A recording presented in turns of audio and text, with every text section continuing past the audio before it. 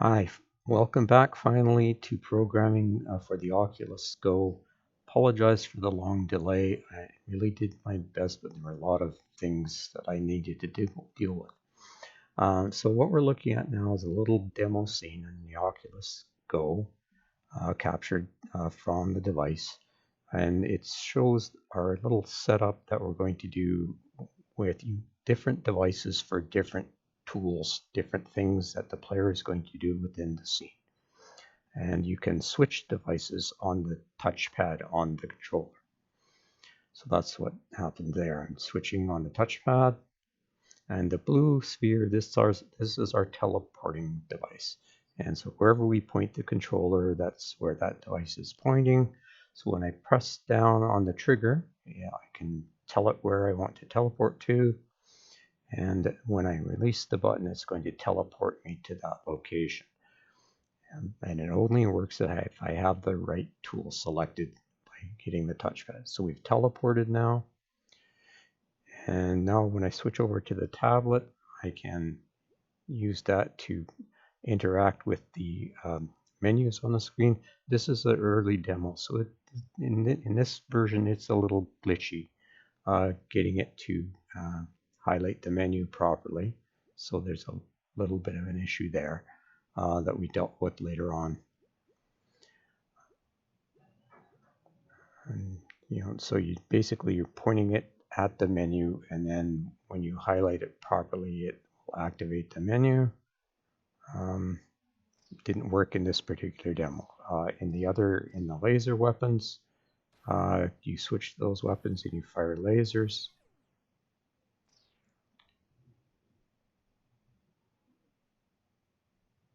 And with the hand, you can point it at an object and grab it and then release it again to throw it.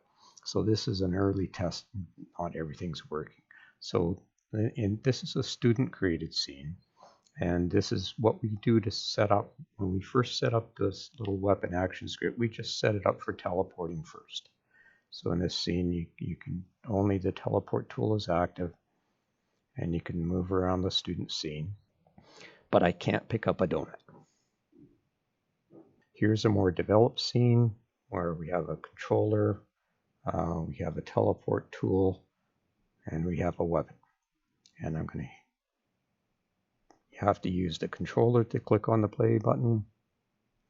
And then in this particular scene, I can teleport around, but there's also this kind of demon character that I have to deal with the laser.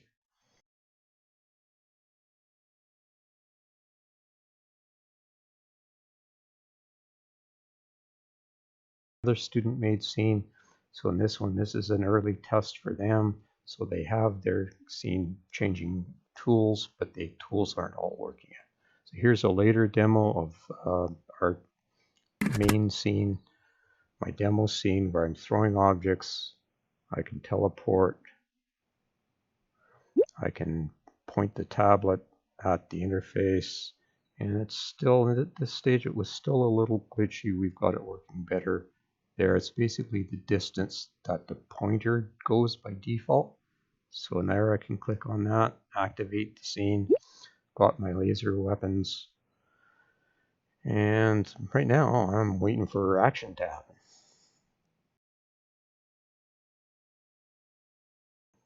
And have to be a little bit patient here for things to happen. Little robot scorpions are captured, so I have to laser them. And then I can teleport, and there's more laser scorpions. It's actually the same ones. Really strong. And so I can deal with them with my laser. And so my task is to get out of this area and onto the next area. But these scorpion guys get in my way. So I'm teleporting through the scene. Here's the door that I need to get through. I can use the tablet to open the door. Oops. I haven't got teleporting set up in the other part of the scene yet. So looks like I'm in trouble, folks. There's no way out. So What we've done so far, we've done a setup for the project, we've done the player event script, and what the player event script does is it gives us potential to program links to events on the controller to things happening in a project. Okay? But remembering that this controller, basically it has the trigger, it has the touch button, and it has a back button, and that's all we've got. So if we had a more elaborate controller, we would have lots of buttons and joysticks and that kind of thing to do controls. We don't.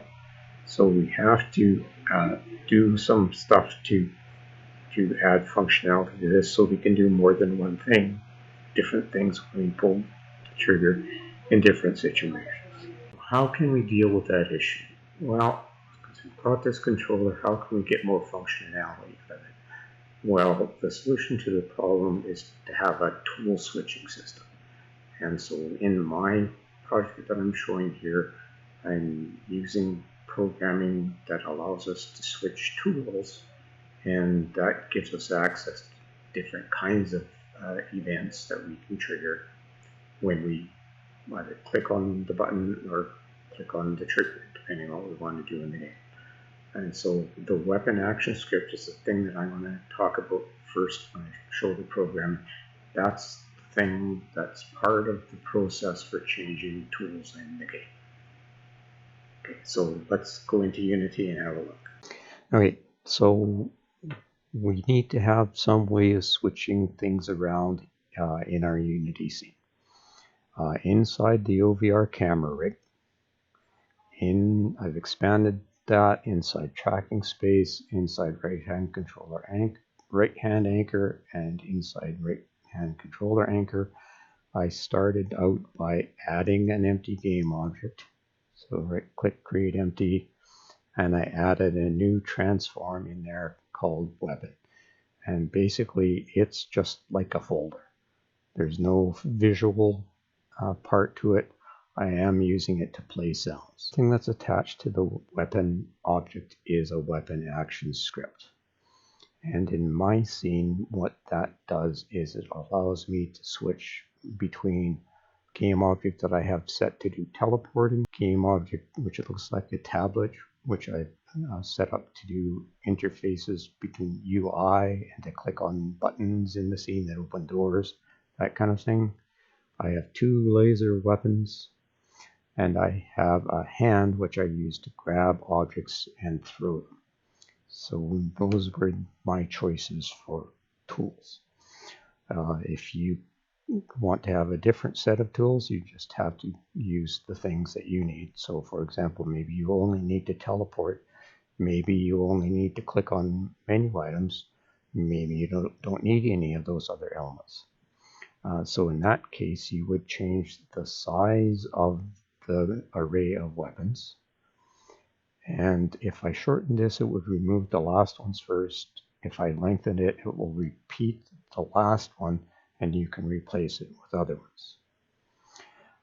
My script is keeping track of what we want to be the current weapon, and it's changing what is visible based on this number. So current weapon index is kind of critical. When I change that number, it changes the object that's visible in the scene.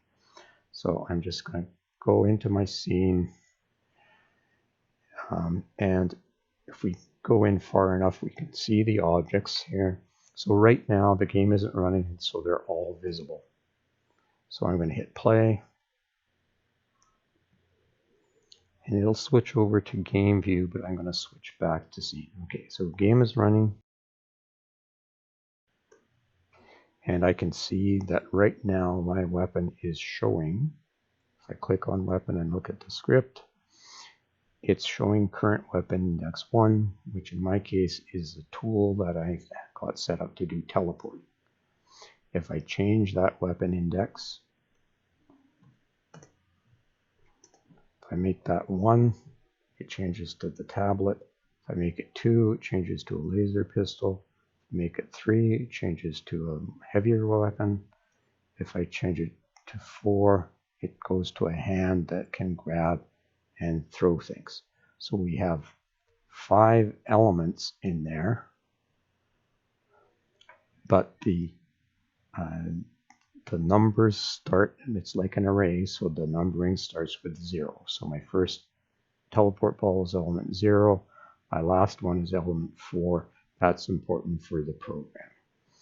Okay, so I'm going to stop that, and I'm going to switch over to the programming. And so the first thing that we'll look at is weapon actions.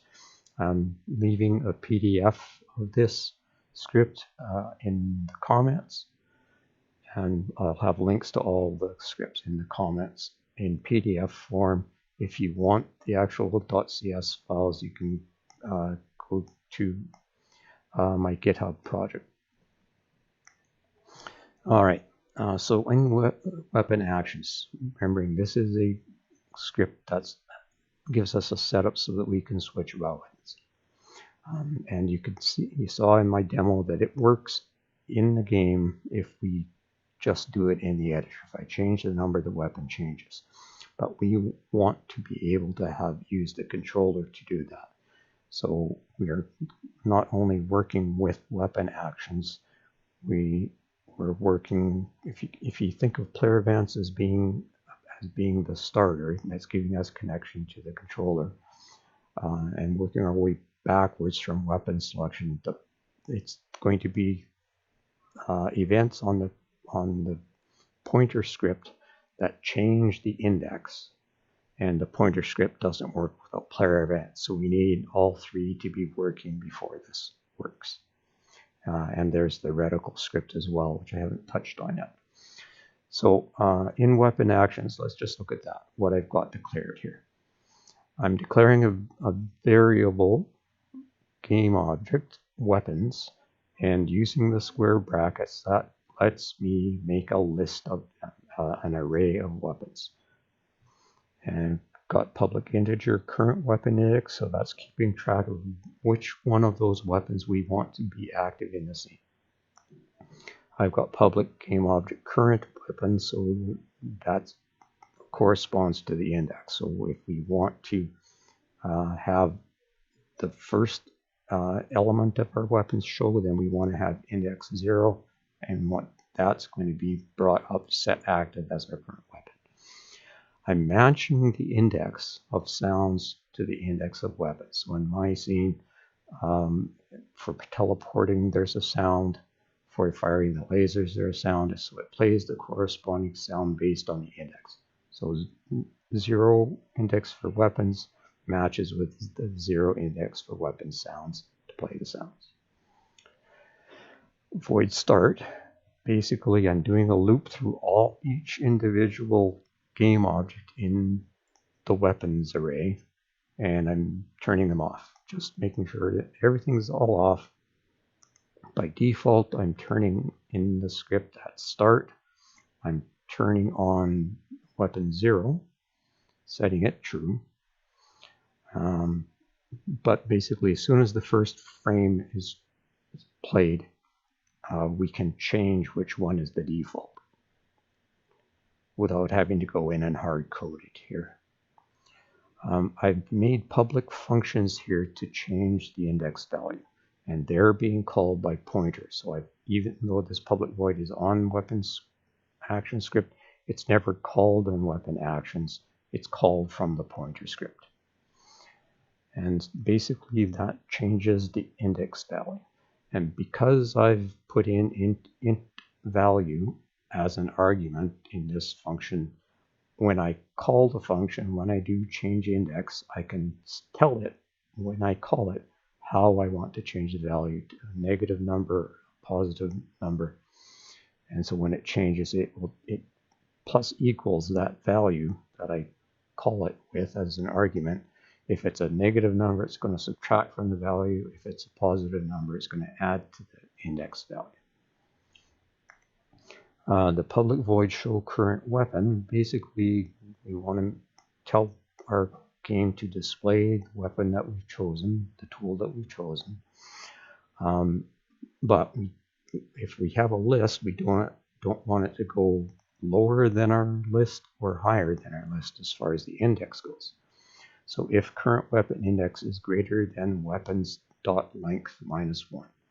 So weapons dot length means how many items we have in our list of weapons, but the index the numbering starts at 0. So we would, in my scene, I have a length of 5, but the highest index is 4. So length minus 1 means the highest index that I've got in the scene. And if we're past 4, as far as the index goes, we want to set it back to 0. So if I keep holding right, I'm cycling through the weapons. Same with going left, decreasing the value. If it goes below 0, we want it to go to the highest index, which is weapons length minus 1. For everything that's in the scene, I'm turning them all off just to make sure that they're all turned off. So if they're active in the hierarchy, turn them off. And then I'm turning on whatever we've got set as the current weapon index. Okay, so current weapon index active true. So what this is the change index is what we want to have happen when we press either the right or left side of the touchpad. And once we've done that, we want it to show the result. Change the index on the touchpad, show the result of that change. And when we pull the trigger, we're going to want it to play the sound. And basically, as soon as we start the game, we want it to show whatever the current weapon is in the scene.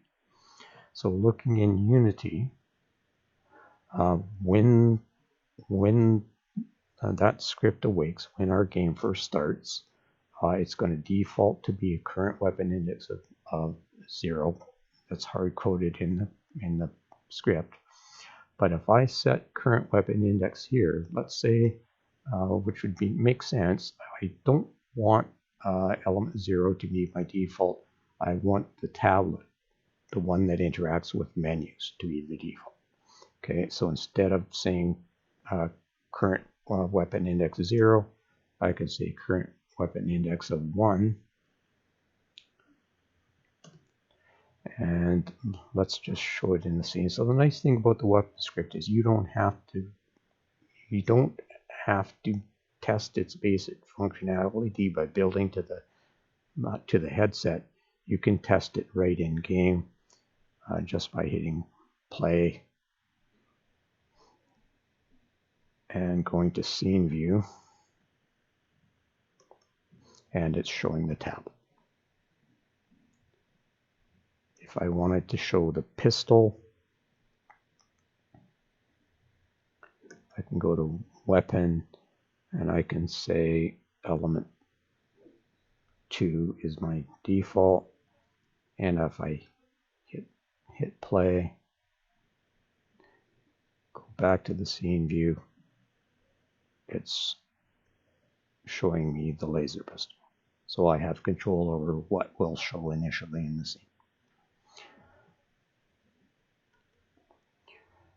Okay, so that's running every frame to make sure that whatever our current weapon choice is, that's what's going to show. So that's working in the editor. Now we have to set up the pointer script to be able to activate all of our tools in the game.